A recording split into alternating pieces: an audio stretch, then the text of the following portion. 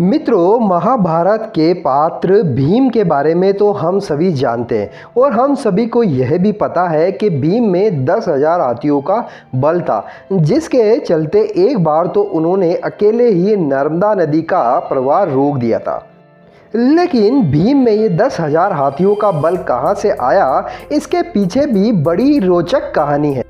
तो मित्रों, आज के इस वीडियो में हम चर्चा करेंगे उसी रोचक कहानी की। नमस्कार मित्रों, आप देख रहे हैं माइथोलॉजी विजडम, जहां मिलते हैं आपको पौराणिक कथाओं के रोचक तथ्य। मित्रों, अगर आप इस चैनल पर नए हैं तो चैनल को जरूर सब्सक्राइब कर लीजिए, पास वाले बेल आइकन को जरूर प्रेस कर दीजिए ताकि इस तरह की जानकारी आप तक सबसे पहले पहुंच जाए। और वीडियो अच्छा लगे तो लाइक और शेयर जरूर करिए। तो जैसा कि हम सभी को पता है, कौरवों का जन्म हस्तिनापुर में हुआ था कि पांचों पांडवों का जन्म वन में हुआ था।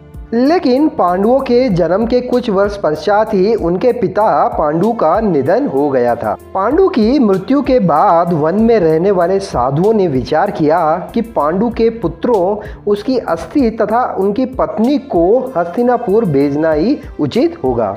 ये सब सोचकर ही सारे ऋषिगण हस्तिनापुर लौट आए और उन्होंने पांडु पुत्रों के जन्म और पांडु की मृत्यु के संबंध में पूरी बात भीष्म पितामह और धृतराष्ट्र को बताई।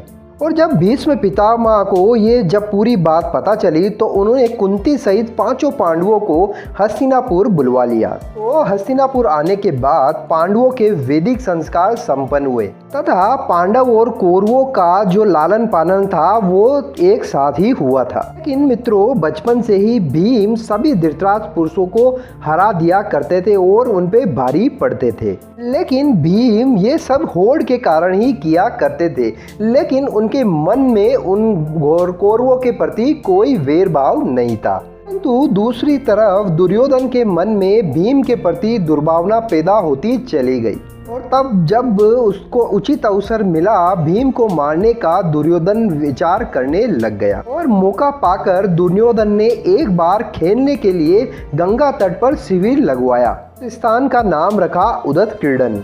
दुर्योधन ने पांडवों को भी वहां बुलवाया और एक दिन मौका पाकर दुर्योधन ने भीम के भोजन में विष मिला दिया। और जब भीम ने वे भोजन किया तो विष के असर से भीम अचेत हो गए और दुर्योधन ने दुशासन के साथ मिलकर उन्हें गंगा नदी में डाल दिया। और भीम इसी अवस्था में नागलोक पहुंच गए। नागलोक में मौजूद सारे सांपों ने भीम को खूब डसा, जिसके प्रभाव से विष का असर कम होता चला गया। मित्रों, जब भीम को होश आया तो वे सर्पों को मारने लग गए और सारे सर्प डरकर नागराज वासुकी के पास गए और उन्होंने पूरी बात बताई।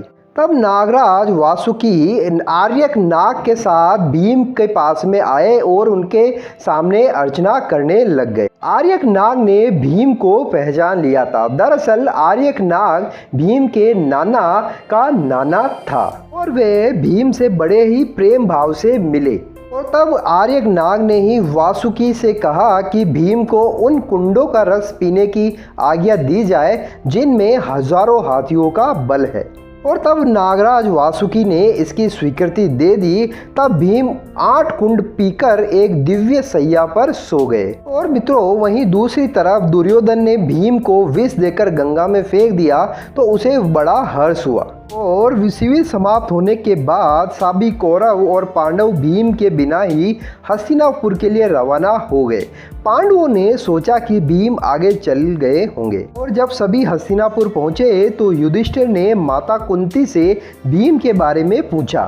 तब कुंती ने भीम के न लौटने की बात बताई। जब सारी बात कुंती को पता चली तो वह बहुत व्याकुल हो गई और उन्होंने विदुर को बुलवाया और भीमसेन का पता लगाने के लिए कहा। और उधर नागलोक में भीम 8वें दिन सारा रस पच जाने के कारण जाग चुके थे और सभी नागों ने भीम को गंगा के बाहर फिर छोड़ दिया। अब भीम के पास में हजारों हाथियों का बल आ चुका था। जब भीमसेन सही सलामत हस्तिनापुर पहुंचे तो सभी को बड़ा संतोष हुआ। अब भीम ने माता कुंती और अपने भाइयों के सामने दुर्योधन द्वारा विष देकर गंगा में फेंकने तथा नागलोक में क्या क्या हुआ ये सारी वार्ता उन्हें बताई। फिर युधिष्ठिर ने सारी बात सुनने के बाद भीमसेन से कहा कि वह ये बात किसी और को ना बताए। तो यही वो कहानी थी जिसके कारण भीमसेन को 10,000 हाथियों का बल मिल गया था। तो आपको ये प्रस्तुति कैसी लगी कमेंट करके ज़रूर बताइएगा। वीडियो अच्छा लगे तो प्लीज़ लाइक करिए और अपने मिलने वालों के साथ में ज़रूर शेयर करिएगा। तो फिर मिलते हैं, तब तक के लिए नमस्कार।